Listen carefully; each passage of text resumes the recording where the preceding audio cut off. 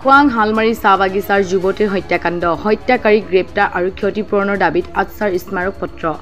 যোৱা শুক্ৰবাৰে খোৱাং আৰক্ষী থানাৰ অন্তৰ্গত হালমাৰী চাহ বাগিচাৰ নিবাসী জোচেফ ওৰাঙৰ কন্যা চাচমি ওৰাঙে পৰিয়ালৰ অজ্ঞাতে ঘৰৰ পৰা ওলাই যোৱাৰ পাছত দেওবাৰে দেৱচালি গাঁৱৰ ডিমৌ নদীত অৰ্ধনগ্ন অৱস্থাত মৃতদেহ উদ্ধাৰ হয়।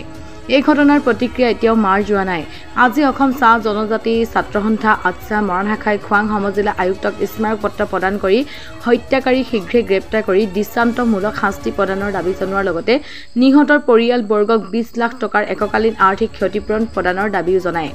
ইফালে ঘটনাৰ 5 দিন অতিক্ৰম হোৱাৰ পিছতো আজিলৈকে আৰক্ষীয়ে দোষীক ধৰিবলৈ সক্ষম হোৱা নাই, যাৰ ফলত ন্যায়ৰ প্ৰতি জনগণৰ আস্থা হেৰুওৱাৰ আশংকা প্ৰকাশ কৰিছে সংগঠনটোৱে। শীঘ্ৰে হত্যাকাৰী গ্ৰেপ্তাৰ আৰু ক্ষতিপূৰণৰ দাবী পূৰণ নকৰিলে সন্থাই তীব্ৰ গণতান্ত্ৰিক আন্দোলন কৰাৰ হুংকাৰ দিছে আচ্ছা মৰাণ শাখা সমিতিয়ে। হয়, যোৱা ইংৰাজী 8 তাৰিখে খোৱাং থানাৰ অন্তৰ্গত হালমাৰী চাহ বাগিচাত সুৱাচনী ওৰাঙৰ যি মৃতদেহ ডিমৌ নদীত পোৱা গৈছে, তীব্ৰ ভাষাৰে আমি গৰিহণা জনাইছোঁ।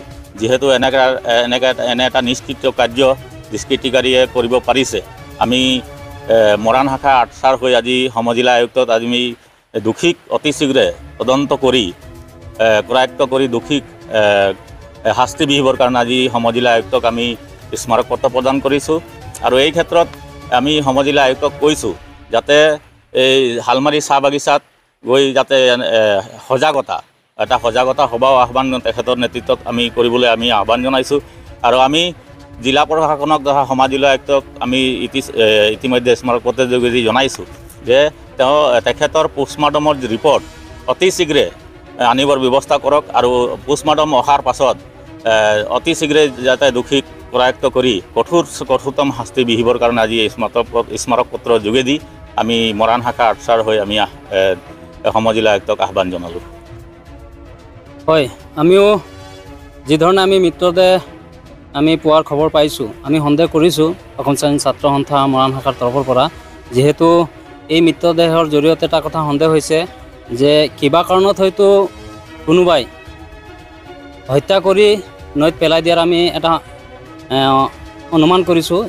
সেই গতিকেলৈ আজি খোৱাং সমজিলা আয়ুক্তক মহোদয়ক আমি স্মাৰক পত্ৰৰ জৰিয়তে এটা তদন্ত কৰি এক নিখুঁত তদন্ত কৰি যাতে ইয়াৰ আঁৰত যি আছে সকলো মানে পোহৰ কৰি আৰু অভিযুক্তক উচিত শাস্তি প্ৰদান কৰিবলৈ আমি অনুৰোধ জনাইছোঁ।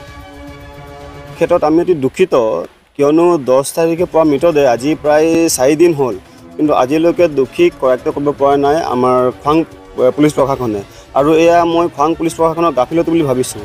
যি সময়ত অসম চৰকাৰে বা হিমন্ত বিশ্ব শৰ্মাৰ চৰকাৰে মহিলাৰ ওপৰত ইমানখিনি আইন আনি আছে বা ইমানখিনি মহিলাৰ ওপৰত লাখপতি বাইদেউ ধৰণৰ আইন আনি আছে, কিন্তু সেই ক্ষেত্ৰত আমি অসম ছাত্ৰ সন্থাই আমি অনুভৱ কৰিছোঁ আজিৰ ডেটতো কিন্তু আমাৰ মহিলা কিন্তু সুৰক্ষিত নহয়।